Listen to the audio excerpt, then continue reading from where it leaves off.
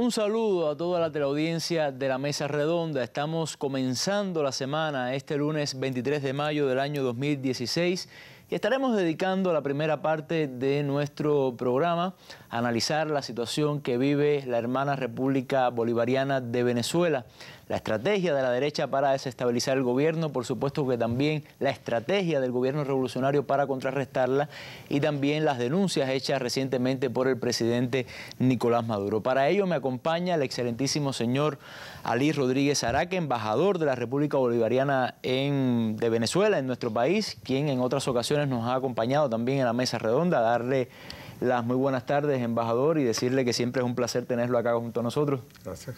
También estaremos analizando en un segundo momento sobre las elecciones, cómo marcha la campaña electoral en Estados Unidos. Esto será el periodista Reinaldo Taladrí con su sección La Esquina, y estaremos los últimos minutos hablando sobre la situación en Brasil. Los primeros días del gobierno de Michel Temer, cómo le han salido las cosas. Sobre eso estaremos también comentando y analizando acá en nuestro programa. Estas son nuestras propuestas, por favor, quédese junto a nosotros.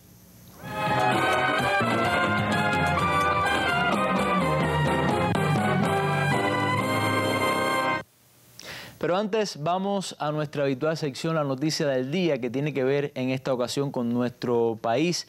El primer vicepresidente de los Consejos de Estado y de Ministros, Miguel Díaz-Canel Bermúdez, está de visita oficial en Bielorrusia. Estas son las últimas noticias que han llegado a nuestra redacción.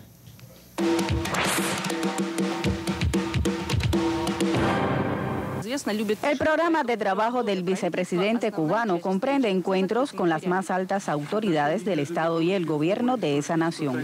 En diálogo con el vicecanciller de Belarus, Díaz-Canel agradeció el respaldo permanente de ese país por la eliminación del bloqueo económico, comercial y financiero de Estados Unidos contra Cuba.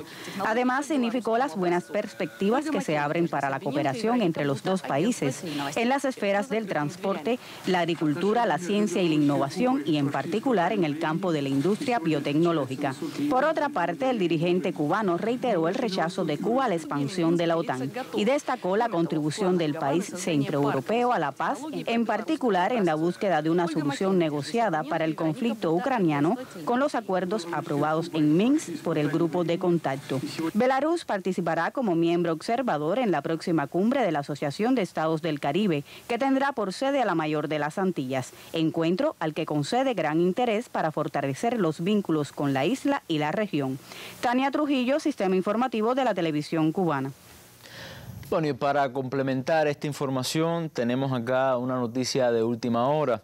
El primer vicepresidente cubano, Miguel Díaz-Canel, lo veíamos en la noticia, invitó este lunes al presidente bielorruso Alexander Lukashenko a visitar Cuba durante el encuentro que mantuvieron ambos en Minsk.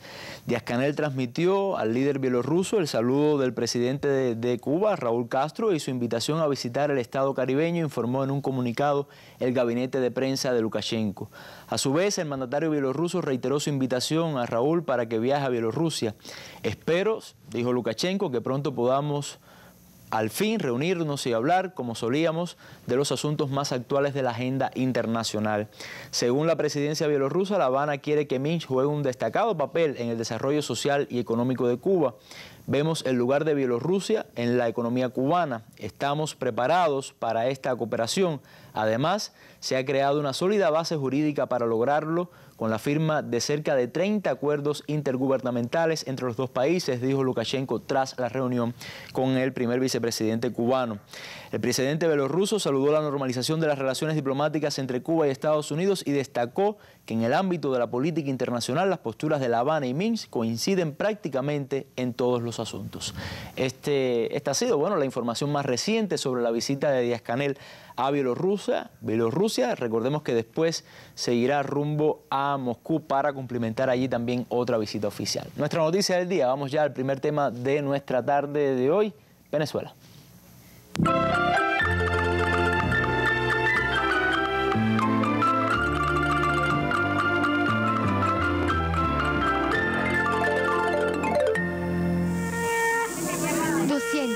Personas solo en la capital, pueblo organizado con la voluntad de contribuir a la defensa integral de su país. Comités de resistencia de la revolución se dieron cita en los ejercicios militares con los que Venezuela alista su sistema defensivo frente a las amenazas de ataque que cada día se hacen más fuertes. Incursiones desde el exterior, pero también violencia por parte de sectores de la derecha nacional.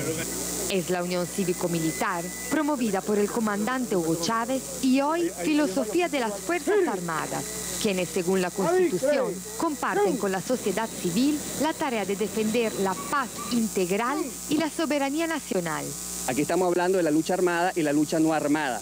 La lucha armada que va a ser llevada adelante con los milicianos y las fuerzas regulares y los órganos de defensa integral que están precisamente conformados en comité para apoyar el combate militar, en lo económico, en lo social, en lo político, en lo comunicacional. Activos también los CLAP, comités locales de abastecimiento y producción, ya en pie de lucha contra la guerra económica. En un momento de contingencia, serán ellos quienes garantizarán alimentos y medicinas, entre otras tareas. Pero fíjense ustedes esta campaña, ¿no? Alguien podría preguntarse, ¿qué razón tiene de ser? Aquí está, miren la portada del diario ABC de España, el día de ayer. En portada, bueno, yo creo que no hay un periódico de Venezuela que saque una foto tan buena como esta. En portada, no hay periódico en Venezuela que saque una foto mía en portada. Está prohibido. En ABC es permanente. Yo creo que yo me lanzo a las elecciones del 26 de junio en España y barro, gano. Porque me sacan en la televisión, en la prensa, es una cosa, una obsesión.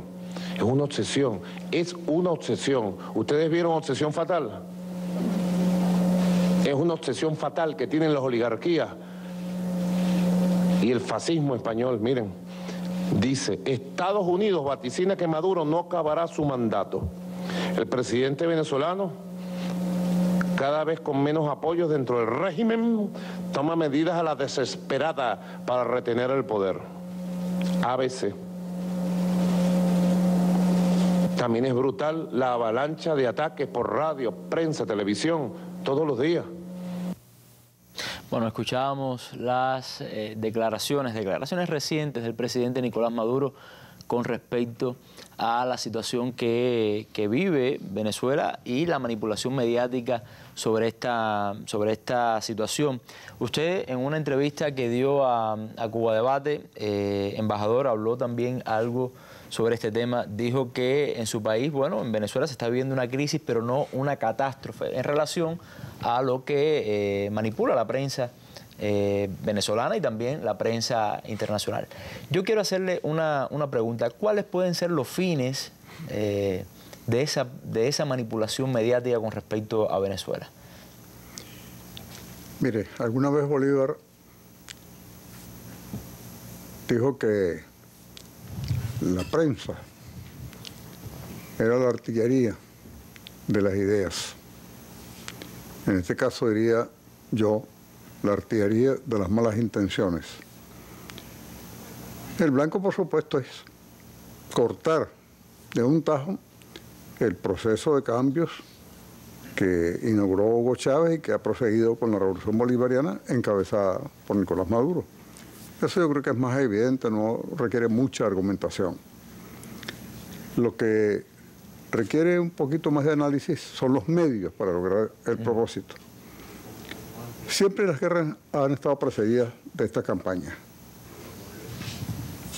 Alemania de Hitler desplegó una descomunal campaña, sobre todo para convencer al pueblo alemán de la necesidad de atacar principalmente la Unión Soviética. Era la amenaza para la humanidad.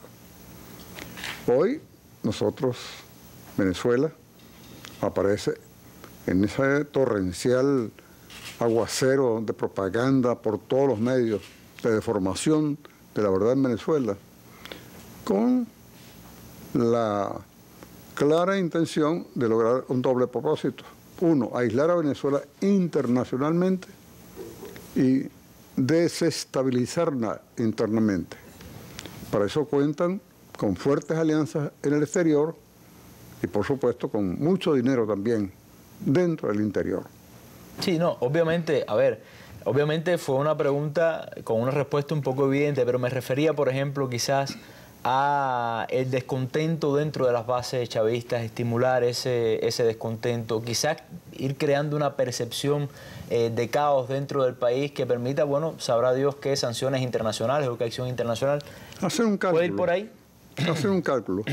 Este es un momento en que cayó el ingreso petrolero, cayó el ingreso del país, no hay los mismos recursos para atender las exigencias sociales, ese proceso de mejoría de la situación social del país, y calcula este sector, y particularmente los sectores imperialistas y con la derecha venezolana, que llegó el momento, que hay que explotar este momento. Por supuesto, no cuentan con la conciencia del pueblo de una construcción de la revolución venezolana, eso que hemos visto con la unidad de la Fuerza Armada, de la unidad cívico-militar en Venezuela. De manera que cualquiera que pueda abrigar algún temor en relación con Venezuela, creo que no hay razón para grandes temores. Por supuesto, sí para preocuparse, porque esa situación para nadie puede ser indiferente. Pero yo diría que más para preocuparse, para ocuparse de tomar todas las iniciativas, como se están haciendo dentro del país, y también la solidaridad con que hemos contado en América Latina y en el mundo. ¿Y cuáles cree usted que son esas directrices principales que está llevando a cabo el gobierno para enfrentar esta guerra, que es mediática, que es económica, que es política, que es diplomática? En el plano internacional lo que estamos haciendo es desplegar la difusión de la verdad fuera de nuestra patria. A lo interno, resolver un conjunto de problemas que en el orden económico fueron causados por una fuerte caída de los precios del petróleo, pero hay ya un proceso de recuperación lenta, pero de recuperación de los precios del petróleo y en consecuencia del ingreso. Atender los problemas sociales, que ha sido el punto focal de la política chavista y de Maduro, de atender esos problemas. Los planes de vivienda siguen avanzando, se han construido más de 1 millón de viviendas, de manera que de un déficit de 3 millones de viviendas que encontramos, ahora la hemos reducido en más de un 30% por el momento presente y seguimos construyendo. El problema alimentario, que fue otro factor que han tratado de atacar, pues lo atendemos a través de las importaciones. Hay un aspecto en el cual están atacando ellos, que es la distribución. Y, por otro lado, pues la producción.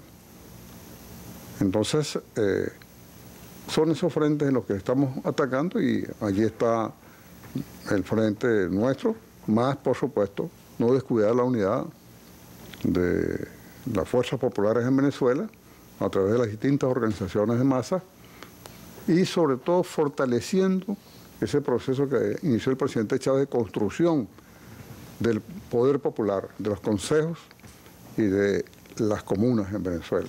Me gustaría que me comentara sobre el siguiente tema. El presidente Nicolás Maduro ha denunciado un triángulo mediático contra Venezuela compuesto por España, el sur de la Florida, es decir, la ciudad de Miami esencialmente, y también Colombia, ¿no? Como los principales, vamos a decir, puntos donde se mueve la campaña mediática contra Venezuela. ¿Por qué España? ¿Por qué Colombia? ¿Por qué el sur de la Florida exactamente?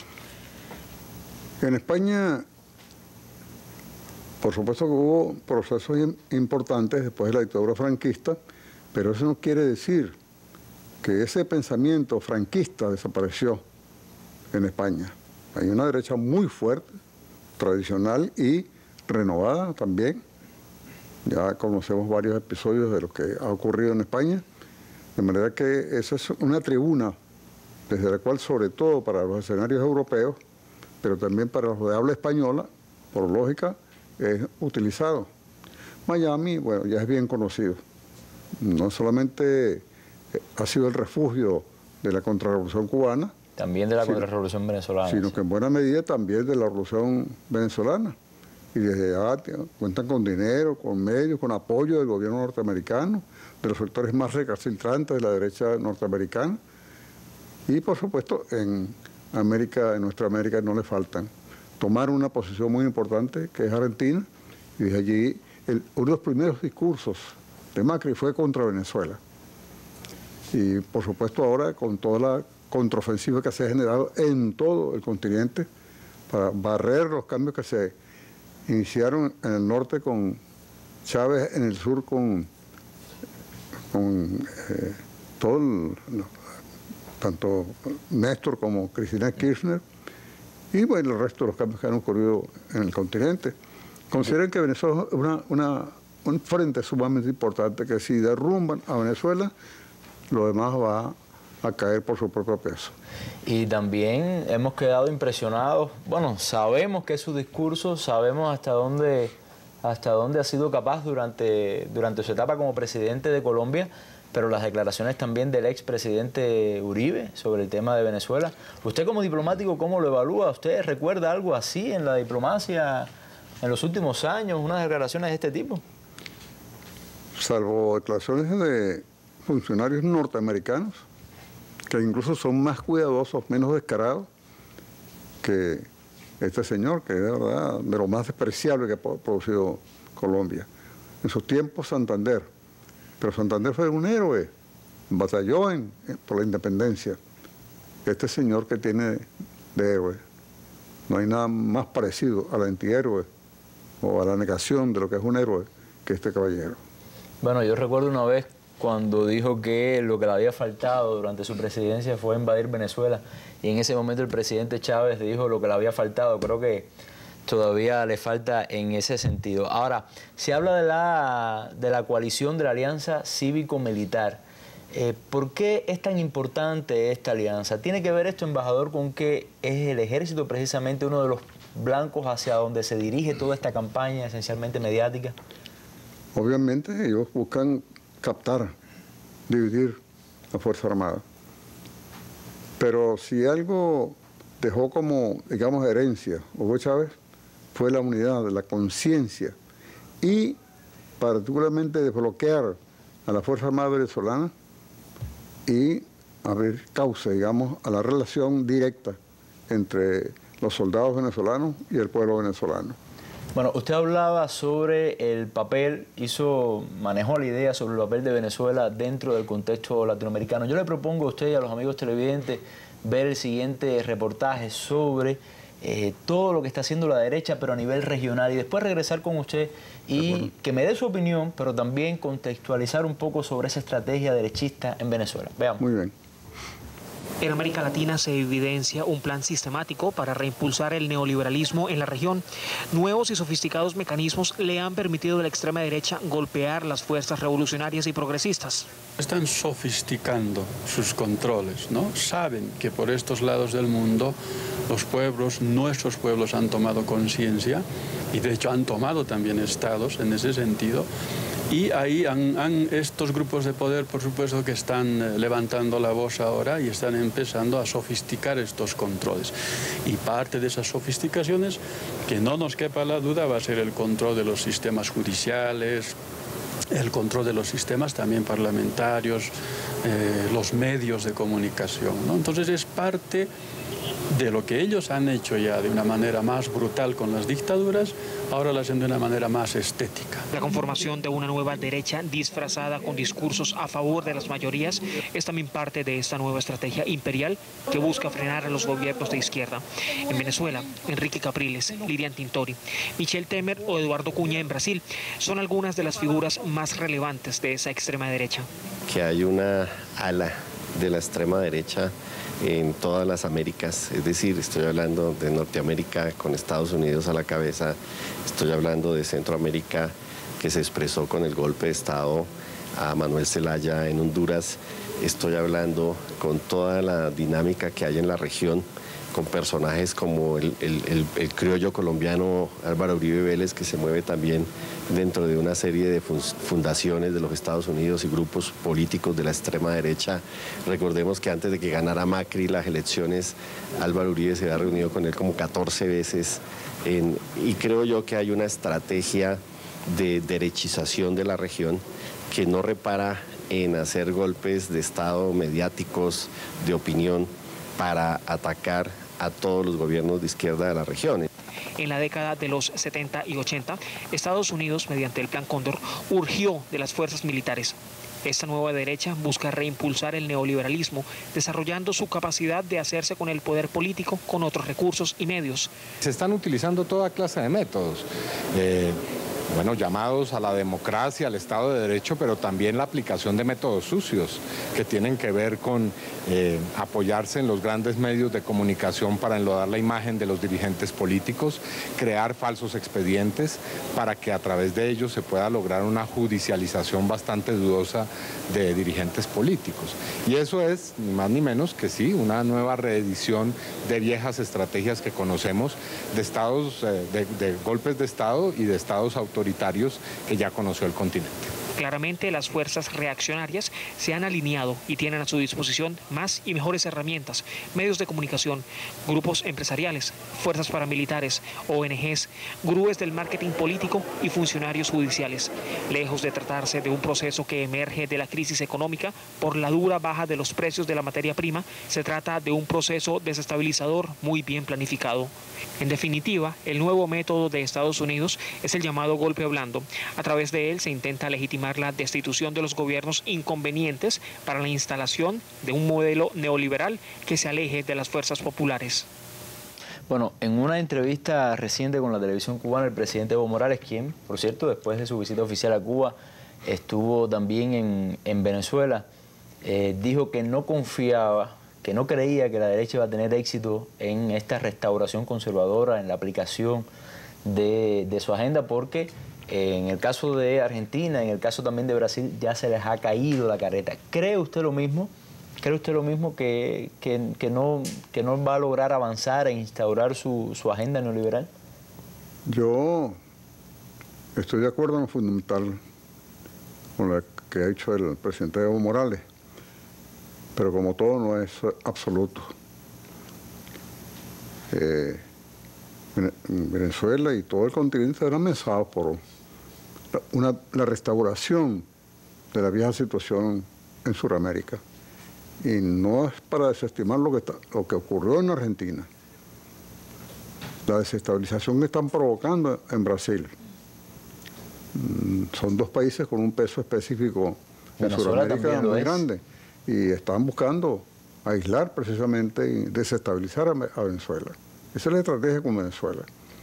De manera que creo que es muy bueno confiar en las fuerzas populares, en la conciencia del pueblo suramericano, latinoamericano en general, pero obviamente que el enemigo no está dormido, hace sus estudios, estudia, tienen todos los recursos para hacerlo y buscan lo que consideran puntos blandos en el frente nuestro, en el frente patriótico suramericano. ¿Y cree que también ya a la oposición venezolana se le ha caído la careta también? Recordemos que llegó con un discurso a las elecciones parlamentarias, discurso que lamentablemente muchos creyeron, pero ¿qué ha pasado en estos meses? ¿Cuáles han sido, vamos a decir, la prioridad de esa derecha? ¿Ha sido resolver los problemas del pueblo?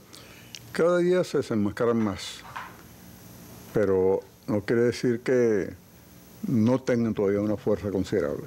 Eso, nosotros tenemos que ser muy objetivos en los análisis. Tenemos que resolver un grave problema que seguimos teniendo, que es el problema de la comunicación.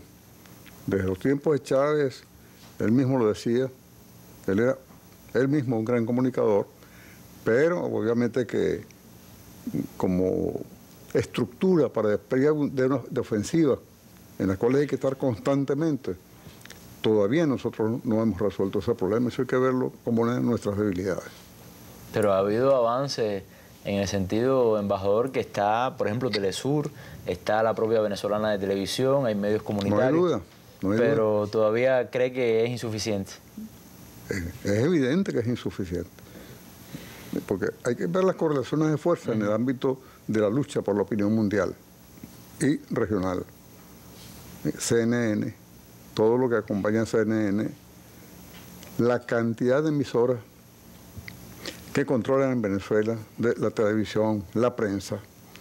De manera que en la correlación de fuerzas allí estamos entonces, tenemos la razón, tenemos excelentes compañeros en los medios, pero obviamente que hay que seguir desplegando aún más la fuerza en este frente y particularmente la articulación con amigos dentro y fuera del país. Ahora, hay un problema con respecto al tema del referéndum revocatorio que la derecha quiere impulsar, la oposición. Lo han hecho mal, como ha dicho el gobierno, han cometido fraude, lo hicieron tarde también. Pero ¿no cree que esta situación de que no se pueda realizar el referéndum le puede dar un pretexto a la oposición para volver a la violencia en las calles como hace continuamente? Mira, no es que no estemos en contra del revocatorio. El problema es que hay que cumplir con unos tiempos que están establecidos en la Constitución y que están establecidos en una ley que se aprobó para los referéndums de cualquier tipo y particularmente el revocatorio. De manera que ese es el problema que tiene la oposición. Tienen una batalla contra el tiempo y tienen que cumplir con una normativa para la colección de las firmas, para pasar por la comprobación de la autenticidad de la firma, lo que se está haciendo. Ahora no podemos hacerlo en los lapsos perentorios que nos quiere oponer la oposición. Hay que hacer en los tiempos que establece la ley. No, pero me refería también a que quizás puedan utilizar la negativa de las instituciones electorales de no realizarlo por estos errores que han cometido como un motivo para salir otra vez a las calles a cometer la violencia. ¿Cree que es una matriz que están implementando? Aclaremos bien, no es una negativa de la institución electoral venezolana. Son las leyes que están aprobadas y que hay que cumplir. ¿Qué tiene que hacer el Consejo Electoral nuestro? Ver la ley, ver si los lapsos se cumplen, los requisitos para la recolección de firmas, si son auténticas, eso implica un tiempo. No podemos aceptar el chantaje de la oposición de que si no se acepta lo que ellos dicen, estamos en un fraude. Embajador, ¿cuál es la mayor fortaleza que tiene hoy el gobierno revolucionario con respecto a esa derecha? Y, como usted decía acá en esta entrevista en Cuba Debate, que le puede permitir el triunfo y, bueno, sobresaltar, ¿no?, esta situación. Primero, la razón histórica. Segundo, en el mismo nivel de importancia, la conciencia del pueblo venezolano. Tercero, la sinrazón de la oposición. La locura de la oposición muchas veces, que está agotando los recursos que ellos consideran legales, pero no renuncian a la violencia. Están buscando crear las condiciones para generar un escenario de violencia. Hasta donde den las posibilidades, vamos a evitar la violencia. Pero, por supuesto, si imponen la violencia, no podemos quedarnos cruzados de brazos.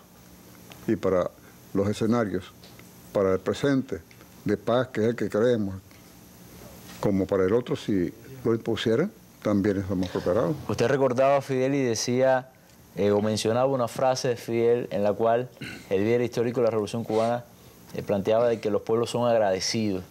Tiene que ver mucho con la realidad hoy en Venezuela, ¿no? Con lo que ha hecho el gobierno. A pesar de esta crisis, usted mencionaba los logros sociales, no se le ha tocado ni un dólar. Efectivamente.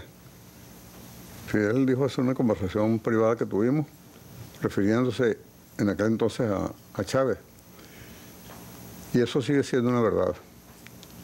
El pueblo venezolano recibió como nunca los beneficios de la riqueza del subsuelo venezolano, de su riqueza, como nunca en la historia recibió.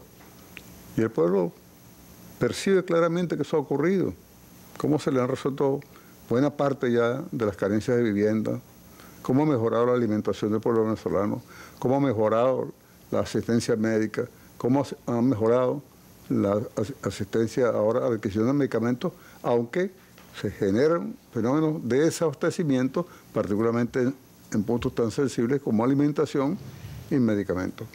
Pero todo eso lo estamos combatiendo, aplicando todo un conjunto de medidas que ha venido anunciando el presidente Nicolás Maduro. Bueno, embajador, le agradezco mucho haber estado junto a nosotros en esta tarde y bueno, lo esperamos otra vez para siempre escuchar sus opiniones y reflexiones y también toda la información que nos pueda dar como venezolano sobre lo que está aconteciendo en su país, un país hermano para toda Cuba. Muchas gracias. Bueno. Este martes, en la Mesa Redonda, África en Cuba, Cuba en África. Cuba Visión Internacional y Radio Habana, Cuba, transmitirán el martes a las 7 pasado meridiano la Mesa Redonda África en Cuba, Cuba en África, con la participación de diplomáticos cubanos y africanos, protagonistas y testigos de la histórica relación entre nuestro país y ese continente, al que el mundo dedica cada año la celebración del 25 de mayo. El canal educativo retransmitirá esta Mesa Redonda al cierre de su programación. Mesa Redonda, más allá de la noticia. Y vamos a nuestro segundo momento en la Mesa Redonda. Ya nos espera en su esquina el periodista Reinaldo Taladrí.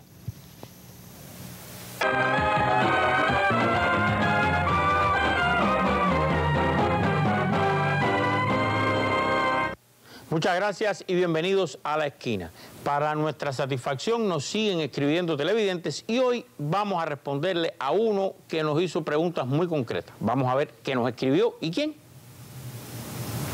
Ahí está, lo tienen en pantalla. Me gustaría, compañero Taladrí, que en las próximas emisiones de su espacio, le ruego, vuelva a repetir la opinión que de Cuba y su gobierno tienen los candidatos a la presidencia de los Estados Unidos y en especial la de los republicanos, en especial, repite, la del señor Donald Trump. Por último, quisiera agradecerle por la buena información y análisis. Una pregunta muy personal para usted. ¿Cuál sería el ganador entre Clinton y Trump de contender definitivamente en las próximas presidenciales de noviembre? Saludos, atentamente, un estudiante cubano de medicina interesado en cómo está la cosa. No ponemos el nombre porque no nos lo puso. Comenzamos a responderle. La apertura con Cuba está bien. 50 años es suficiente. Eso sí, creo que podríamos tener un acuerdo más fuerte. Y siguió hablando sobre Cuba. Cuando le preguntaron sobre la ley de ajuste cubano, dijo, no pienso que eso sea justo. Quiero decir, ¿cómo podría eso ser algo justo? ¿Sabes? Tenemos ahora un sistema para atraer personas al país y lo que deberíamos estar haciendo es trayendo personas que son magníficas personas, que tienen magníficos antecedentes y logros. Hay personas que han estado en el sistema durante años esperando emigrar a Estados Unidos y es muy injusto cuando hay personas que solo cruzan la frontera y tienes a otras personas haciéndolo legítimamente.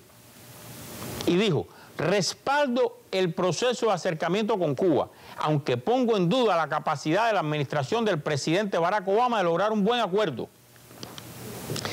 Tú no quieres hacer un trato y que te demanden 2 días después. No quieres hacer un trato y que de repente te estén demandando en corte por $30.000 millones o más, creo que son más lo que la demanda del pueblo de Cuba, creo que la cifra es mayor, pero él dijo 30.000. O sea, está diciendo que no imagina por qué Cuba puede demandar por 30.000 millones un poco. Y, finalmente, ¿cerraría usted la embajada en Cuba? Eso fue en un debate en la Universidad de Miami. Y dijo, puede que la cierre hasta que se logre un mejor acuerdo. Hasta aquí lo que ha dicho en campaña Donald Trump. Acuérdense que en campaña, yo quiero aclarar esto, en un estado se habla de una manera a los que están en ese estado, en otro estado del mismo tema se habla de otra manera y eso va cambiando así. Y después cuando se llega al gobierno hay que ver cómo actúan comparando con lo que dijeron en la campaña, que muchas veces no coincide. Así que aclaro esto porque es el contexto en el que se ha dicho todo esto. Ahora vamos a los 2 candidatos demócratas. Hillary Clinton dijo, era una cuenta pendiente desde hace mucho tiempo y trabajé por ello cuando era secretaria de Estado, porque creo que tenemos que hacer más de aquello que puede resultar exitoso para ayudar a los cubanos, para que tengan más democracia, más libertad y oportunidades económicas. Continuamos. El acercamiento a Cuba se ha hecho de una manera muy pensada. Sigue diciendo, apoyo mucho lo que el presidente Obama está haciendo en Cuba. con la política de Obama se ha abierto una puerta hacia el futuro de un modo en el que el embargo y la falta de relación no hubiera podido hacerlo. De llegar a la Casa Blanca, intentaré avanzar para lograr el levantamiento del embargo. Tengo una actitud sobre esto y debe ser acción por acción, y espero que el gobierno cubano haga más, que se abra más. Si el presidente Castro y el gobierno de Cuba continúan abriéndose, entonces creo que de nuestra parte deberemos seguir trabajando para levantar el embargo. Pero para levantarlo completamente hace falta que actúe el Congreso. Como se dan cuenta, un momentico aquí, es la continuidad casi exacta de lo que está haciendo el presidente Obama y la administración Obama. Ella fue su secretaria de Estado en el primer mandato, y de ganar la presidencia Hillary Clinton, prácticamente se mantendría la estrategia y la táctica que están usando en estos momentos, que han sido analizadas en artículos, en programas, en distintos lugares, así que no voy a repetirla, pero es mantener la estrategia y la táctica de la actual administración. Bernie Sanders, el último de los candidatos que nos queda. 50 años de Guerra Fría son suficientes. Ya es hora de que Cuba y Estados Unidos pasen página y normalicen relaciones. Ahora bien, un momentico antes de llegar ahí, un momentico, vamos atrás, un momentico, calma. Él sacó un Twitter donde puso esa frase, propuso un Twitter y lo ilustró con dos banderas de Cuba y Estados Unidos entrelazadas. Y ahora vamos a responder lo que nos preguntaba el televidente en su correo. Si fueran hoy las elecciones, o si finalmente, ¿qué pasaría hoy entre Donald Trump versus Hillary Clinton? Cuando se hace el promedio de varias encuestas, esto es promediar distintas encuestas, Hillary Clinton ganaría 49% a 40,5%. Aunque yo insisto, repito, no vamos a complicarnos eso, la elección presidencial es una elección de colegio electoral donde cada estado tiene un número de votos electorales y se puede ganar la presidencia como la ganó Bush en el 2000, sacando menos votos que su rival. Pero eso lo dejamos para cuando llegue ese momento. Así que, respondido el correo del televidente, ese que le interesa la cosa, y espero que continúen intercambiando, pues nos motiva mucho esa interacción. Hasta aquí la esquina, regreso a la mesa.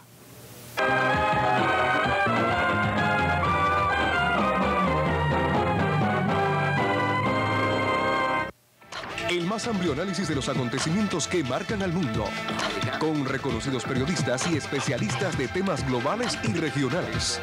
Los temas internacionales en la mesa redonda. Nuestras armas son las ideas.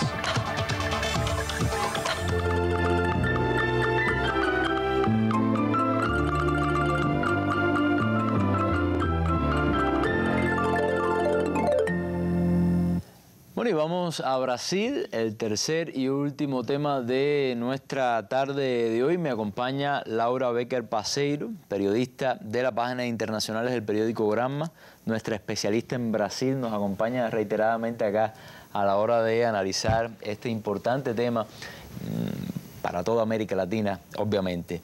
Bueno, como dije también al principio, ya Michel Temer lleva varios días como presidente interino y las cosas, Laura, no le han salido tan bien. Ya ha encontrado el rechazo popular. Precisamente sobre ese tema es este video que vamos a ver a continuación para después comenzar nuestro análisis. Movimientos sociales continúan en resistencia, en movilización permanente. Con bombas lacrimógenas y ballenas de agua, la policía intentó retirar los campamentos que se han instalado en los alrededores de la residencia del presidente interino Michel Temer en Sao Paulo. Tras una jornada de protestas pacíficas en rechazo al gobierno provisional de Temer, los manifestantes fueron sorprendidos de manera intempestiva por un contingente de efectivos antimotines que arremetió en su contra para tratar de desalojarlos cuando ya estaba por caer la noche. Colectivos y movimientos sociales, tras condenar la violencia, han asegurado que resistirán, que se mantendrán en lucha por hacer valer la democracia y la constitucionalidad que ha sido rota en el país. Reiteran, ese es uno de los principales argumentos expuestos, el juicio político que está en marcha contra la presidenta Dilma Rousseff no es otra cosa que un golpe de Estado articulado por sectores de oposición y que es respaldado al mismo tiempo por las principales corporaciones mediáticas que hacen vida en la nación suramericana. Esa es hoy la realidad, Laura, de Brasil. ¿Cómo podríamos evaluar entonces estos primeros días de Temer como presidente interino del país? La agenda, los resultados que ha tenido, que no han sido siempre los más satisfactorios. Yo creo que ha quedado un poco sorprendido Temer, ¿no?, por este rechazo popular, ¿se puede decir? Buenas noches, Oliver. Buenas noches también a la teleaudiencia. Yo creo que si describimos estas primeras semanas de gobierno interino de Temer en Brasil, se puede decir que convulso, política y económicamente. La gente sigue en las calles, lo estamos viendo. También hoy tuvo como... Y manifestaciones que se han ido incrementando. Exacto. ¿No? También hoy tuvo su primer escándalo público. No sé si antes de salir para acá, estaba en proceso este audio que se reveló sobre una conversación entre Romero Yucá, que es ministro de Planificación, quien era senador, es senador por el Partido del Movimiento Democrático Brasileño. El partido de Temer. Partido de Temer, uno de los principales instigadores de ese proceso contra Rousseff. Y Sergio Machado, quien fue expresidente de una agencia de transporte ahora mismo no recuerdo el nombre, donde en ese audio estaban hablando que, y después vamos a volver seguro a este tema, de, o sea, Yucá le decía, Yucá, exactamente el portugués, no sé cómo se pronuncia bien ahí, le decía a Machado que había que buscar la manera de frenar ese proceso que se está ahora en proceso de investigación por corrupción en la empresa Petrobras, en la cuestión, en ese contexto de la operación Lavallato. Le estaba diciendo que había que frenar a Dilma, había que sacarla de alguna manera, porque si no las palabras textuales fueron, había que parar ese derramamiento de sangre como lo ven ellos, porque obviamente iba a salpicar al PMDB. Bueno, y realmente de alguna manera desde el punto de vista mediático han logrado echar a un lado el escándalo como tal de Petrobras y concentrarse entonces en el nuevo Brasil. En el nuevo Brasil, sí, ¿no? Y también en las críticas a la presidenta, ¿no? Es el nuevo Brasil. Cualquiera que asiste ahora a Globo, a cualquier noticiario de esto súper grande, importante y de fuerte impacto en Brasil, uno ve y dice, bueno, aquí no pasó nada, aquí sencillamente hubo un cambio ahí de gobierno, no hay una presidenta que ahora está siendo juzgada políticamente, ahora es que está en proceso ese juicio, ese impeachment, y no pasa nada, sencillamente hay un nuevo gobierno con nuevas directrices, con un giro neoliberal que no sorprende a nadie, se esperaba.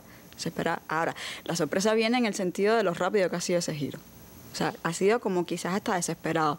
Pero eso también da la medida de cómo fue el proceso contra Rousseff. O sea, fue un proceso acelerado, sin mucha base, como una locura. O sea, vimos aquí los debates en el Congreso para destituir a la presidenta.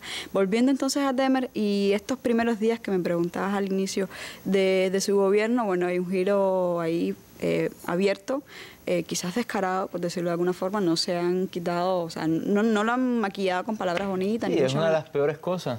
O sea, nunca negaron lo que era. No, nunca lo negaron, ellos sí lo dijeron, exacto. Desde que Temer anunció su propuesta de gobierno de llegar a Plan Alto, lo dijo, yo quiero hacer esto, yo quiero recortar los ministerios de 32 a 23. Ahí hubo una gran protesta este fin de semana cuando intentó eliminar el Ministerio de Cultura, o sea, fusionarlo con el de Educación. Y ahí vimos cómo los artistas brasileños se plantaron y dijeron no.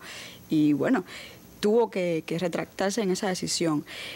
Otra polémica, o sea, Temer desde que llegó está envuelto en un gobierno bastante polémico, empezando por la composición de su gabinete. De eso se ha hablado en varias oportunidades, en varios espacios también aquí televisivos, en varios comentarios de colegas. Esa composición de gabinete de todos hombres, todos blancos, no hay una mujer, no hay un negro. O sea, no representa esa multirracialidad que puede ser Brasil. O sea, Brasil no es solo esas novelas de esos blancos de clase media que todos son ricos y tienen... No, hay negros. O sea, hay una diversidad cultural ahí bastante rica, ¿no? Y es expresión también de un país tan grande como Brasil. También, volviendo a Yucá, el tema de que la mayoría de, no todos, pero sí los que están formando parte de este gobierno interino, están en sospechas o procesados por la justicia o por lavado de dinero, por corrupción. O sea, ahí nadie está limpio. Hay quien dice que intentaron llegar precisamente al poder para limpiarse un poco de polvo y paja, sobre todo frente a la justicia, ¿no? Eso puede pasar, y eso incluso uno lo puede poner a pensar cuando uno ve este tipo de trapo sucio que ya se están sacando. Un diálogo, una conversación que se graba a inicios del año, cuando está el proceso de Dilma Rousseff en curso, es una conversación que filtró el diario Folha de Sao Paulo, o sea, uno de los grandes conglomerados mediáticos que estaba a favor de una destitución de Rousseff, y ahí te va dando también la medida. Llama también la atención este giro en política exterior de Temer, pero eso seguro hablaremos luego. No, quería ahora aprovechar que hablas de Dilma y hablar un poco de cuál ha sido la estrategia de Dilma, del PT, del propio Lula, para enfrentar esta situación. Hace poco dio una entrevista a Telesur, a Russia Today, a RT en español. Lo mismo hizo el expresidente Luis Ignacio Lula da Silva. Pero ¿cómo ha sido ese proceso entonces, la estrategia que han llevado para enfrentar esta coyuntura? Yo considero, o sea, que finalmente se activaron, primero como figuras políticas, o sea, están ocupando su papel en la historia contemporánea de Brasil, primero como figuras políticas, Lula por el peso que tiene con las bases sociales del Partido de los Trabajadores, y Dilma como una de las primeras presidentas que ha sido sacada de un proceso de impeachment. Ya Fernando Collor de Mello pasó por un proceso similar, pero en el caso de Dilma, como ha sido una injusticia, o sea, no se le ha aprobado nada todavía hasta la fecha. Y entonces están asumiendo un papel bastante activo, primero en los medios. Lo decía el presidente, volviéndonos a otros temas, el presidente boliviano en la entrevista, lo decía, la izquierda no ha podido articular una contraofensiva mediática que pueda contrarrestar esto. Y entonces están aprovechando estos espacios alternativos, por decirlo de alguna forma. Es imposible competir con Globo en Brasil, pero no, tampoco es difícil. O sea, se puede hacer. Por lo menos se le puede desenmascarar. Están volviendo a las bases. O sea, para resumir, a ver si se entiende la idea, están volviendo a las bases.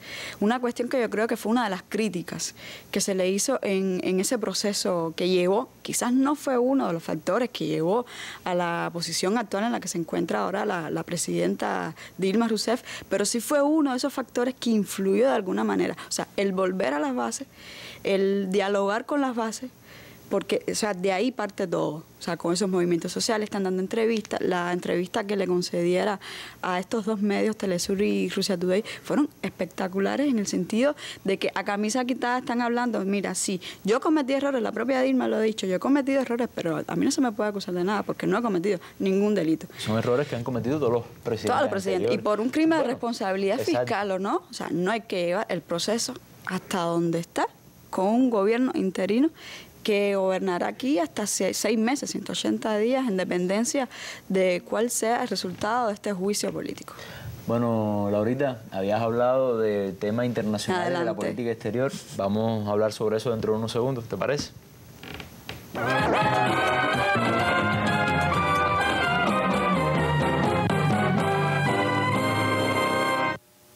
Ahora, política exterior.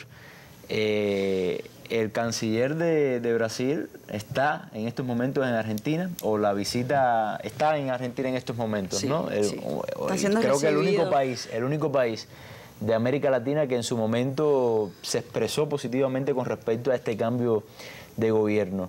¿Cómo valoras esta situación, este hecho? Bueno, Argentina es el primer gobierno de la región, específicamente del suramericano, que reconoce este gobierno interino. Que dicen en su comunicado, cuando el proceso estaba andando, el comunicado de la Cancillería dice: nosotros respetamos los procesos judiciales y constitucionales en Brasil, etcétera, etcétera, etcétera. Y entre líneas dejó entrever que reconocía el gobierno de Temer. Primera visita que hace Serra, con su función de canciller interino, a Argentina. O sea, Brasil y Argentina tienen una relación muy importante, económicamente hablando. Ahora, ¿qué pasa? Los analistas que están diciendo ellos están hablando ahora de una flexibilización del Mercosur. O sea, el Mercado Común del Sur, fundado en 91, y quitándole un poco, restándole un poco los principales objetivos con el cual se fundó, que es el comercio entre estos países suramericanos, pero también el comercio multilateral. O sea, tú no puedes poner a competir a Brasil con Paraguay, por ejemplo. Y entonces, en esta relación multilateral, entre todos ayudarse. O sea, si el principal producto de Argentina es la soya, bueno, Argentina... Lograr un equilibrio. Lograr un equilibrio para que todos salgan ganando y el que menos tiene, que en este caso es Paraguay, por ejemplo, algunos le llaman el Haití de Sudamérica, uno de los países más pobres de esta subregión, no se sienta en una desventaja con respecto a Brasil, que es una de las principales economías de la región. Ellos están hablando... También hay que tomar en cuenta algo, y es que según los planes, muchos analistas lo veían así, el Mercosur iba camino a convertirse en el brazo económico de UNASUR. Exacto. Y bueno, por eso la entrada de Venezuela, por eso quizás la entrada, así se tenía estudiado, de Bolivia, de Ecuador, es decir, desmembrar Mercosur es desmembrar una parte de la proyección. O sea, quien tuviera dudas de estas políticas que venían detrás de todo este golpe, esto no se queda en Brasil, esto tiene un efecto, siempre lo dijimos aquí, esto tiene un efecto péndulo negativo, lamentablemente, para el resto de los países, sobre todo para esta subregión. O sea, llega a toda la América Latina. ¿Qué pasa? En esta flexibilización de Mercosur es abrirse al libre mercado. Es sencillamente vamos a firmar pactos de tratado de libre comercio con, ojo, Estados Unidos y Unión Europea. ¿Qué dice? ¿Cuáles son las primeras directrices en política exterior de Temer? Los socios son Argentina, Estados Unidos y Unión Europea. Discurso frontal que puede llegar al punto de ser hasta agresivo con países los llamados, en algún momento fueron llamados eje del mal, cuando estaba toda esta bandada de líderes que llevaron adelante mecanismos como el ALBA, etcétera, contra Venezuela, Bolivia, El Salvador, Cuba, Nicaragua. O sea, y ahí te está dando la medida de cómo viene entonces este nuevo Brasil, este Brasil de Temer, que jugando con su apellido, es abrirse al libre comercio, relaciones bilaterales puramente. O sea, yo como Brasil, yo soy gigante, yo tengo una economía fuerte que está en decrecimiento. O sea, porque las noticias políticas en Brasil a lo interno también vienen aparejados de una cuestión negativa en la economía. O sea, el Banco Central está emitiendo un informe semanal, está diciendo que no va a crecer lo previsto. Ojo, y esa crisis política también desentrañó una cuestión económica que hasta el momento, y no creo, vamos a ver si con estas medidas neoliberales a lo interno de Brasil, Temer logra sacar adelante la economía. Vamos a ver si el neoliberalismo fue lo que hundió a Brasil, no creo que... Vamos a ver. Hasta el momento, bueno, vamos a darle también un margen ahí para que trabaje. Hasta el momento tenemos muy poco espacio así de movimiento, pero hasta el momento no va a resolver. O sea, quien gobierna ahora mismo, cualquier país de esto de América Latina tiene que tener en cuenta, en primer lugar, un contexto mundial económico complicado. La recesión también económica de China, que es el principal país con que estos países... el principal socio de estos países. La depreciación de las materias primas en el mercado mundial. América Latina ha sido demasiado dependiente por muchos años de las materias primas. No ha logrado como que diversificar su economía a otras industrias. Esto tú lo llevas a países, por ejemplo, como Venezuela. Estaba el embajador aquí ahorita dando una clase de qué es lo que está pasando a lo interno. Y esto es producto también de que estos países no han logrado, lamentablemente, desprenderse de una dependencia, en el caso de Venezuela, de los ingresos del petróleo. En el caso de Brasil, de las materias primas. Entonces, esto forma parte también, esta liberalización del Mercosur, forma parte también de frenar un poco la presencia china en la región. O sea, de quitarle ese protagonismo. Hay quien habla, hay informaciones de que Argentina estudia, sé que estamos hablando de Brasil, pero que Argentina estudia incorporarse como observador o algo así, no tengo muy claro el estatus de la Alianza Transpacífico. También. Y quién sabe si Brasil sigue esos pasos. No obstante, Laura, siguen los rechazos en la región con respecto a lo que sucede en Brasil, ¿no? Exacto. Argentina queda como aliado, pero el resto de la región no lo asimila. Él está gobernando, a lo interno tiene, pues, obvio, o sea, tiene cacerolazos. Cuando él dio la primera entrevista a Globo, no sé si la ha visto, o sea, los fragmentos, ¿no? Decía, mira, yo no, Temer en este caso, a mí no me preocupa quedar como un presidente impopular, sencillamente estoy tomando estas medidas en pos del beneficio económico de Brasil. Pero está jugando con la idea de ir a elecciones, en las próximas elecciones, de reelegirse o algo así. Bueno, él está diciendo, es interesante, es una figura muy interesante. Él está diciendo que él, hasta el momento, no se va a presentar a las elecciones de 2018. Pero busca su plan de gobierno a largo plazo. O sea, si usted no tiene pensado, si usted está asumiendo ahí, porque la Constitución dice que en el caso de que el presidente sea sacado, apartado de sus funciones como presidente de la República, usted tiene que asumir ahí, aguantar ahí porque le toca, o sea, su figura constitucional, eso es una cosa. Y otra cosa es que usted tenga de antemano planificado un plan de gobierno a largo plazo. Veremos cuando se acerque 2018 qué dice Demer. Bueno, Laurita, quedas invitada como siempre a la mesa redonda para seguir conversando. Gracias. Y analizando este tema de Brasil, que como están las cosas, bueno, y como se dice en Cuba, pica y se extiende. Ahí están nuestras direcciones en las redes sociales, también nuestra página web para, si quiere tener más información de lo que se ha dicho en la tarde de hoy en la mesa redonda, bueno, acá lo puede encontrar. A usted muchas gracias. Nos vamos con nuestras imágenes del día, unas tristes imágenes. Son el resultado de un atentado grande que hubo hace unas horas en Siria, donde murieron cerca de un centenar de personas. Nos vemos en una próxima mesa redonda. Muchas gracias por su atención.